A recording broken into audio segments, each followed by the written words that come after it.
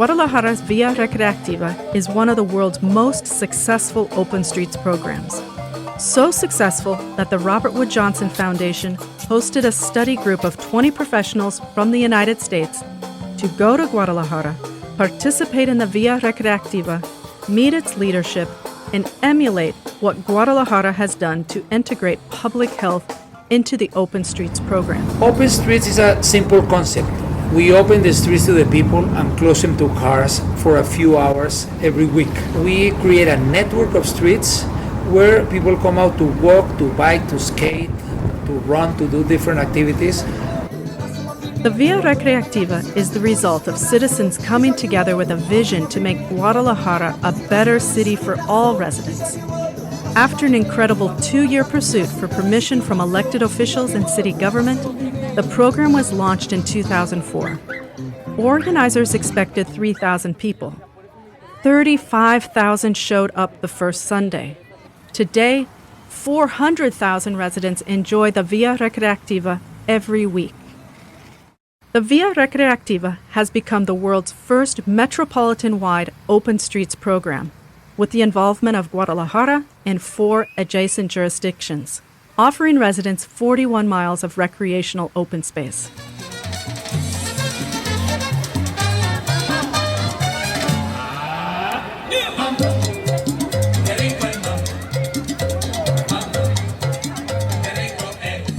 When we look at any city from the air, the biggest public space are the streets.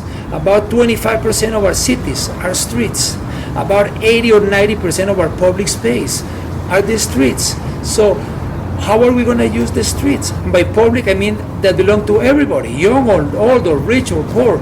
So this is about democratizing the cities.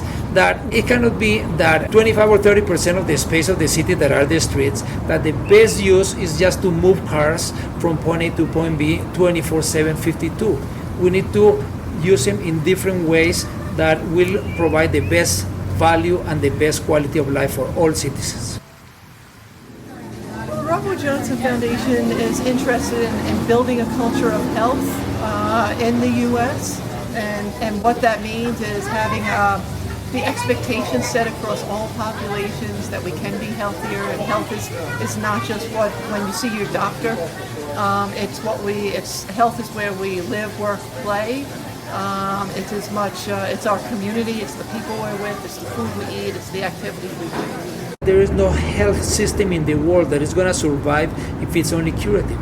It has to be preventive. It really celebrates life and all the layers in life. We saw all ages of people out today, of all abilities, from the very, very young toddlers up to older people and people who had some physical mobility problems, but they were still out there and enjoying it. I came around from the middle of the road, you know. It's nice to be walking in the middle of the road. One of the things that all people tend to miss the most is people. So opening the streets, all of a sudden people can come out and integrate. For people of any age, but I think for all the adults, it would help enjoy the city.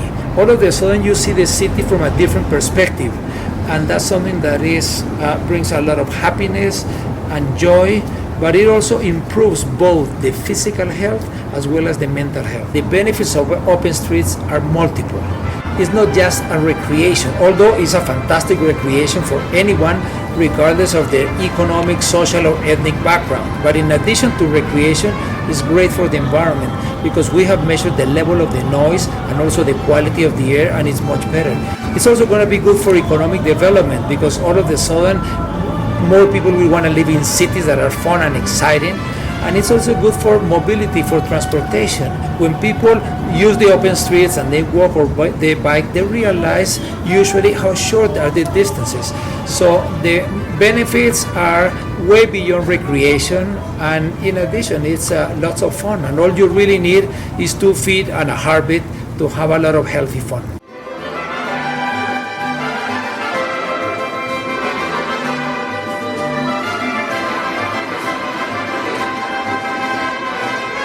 Cities around the world have begun to open their streets. The key to success going forward is that these initiatives make public health a central objective.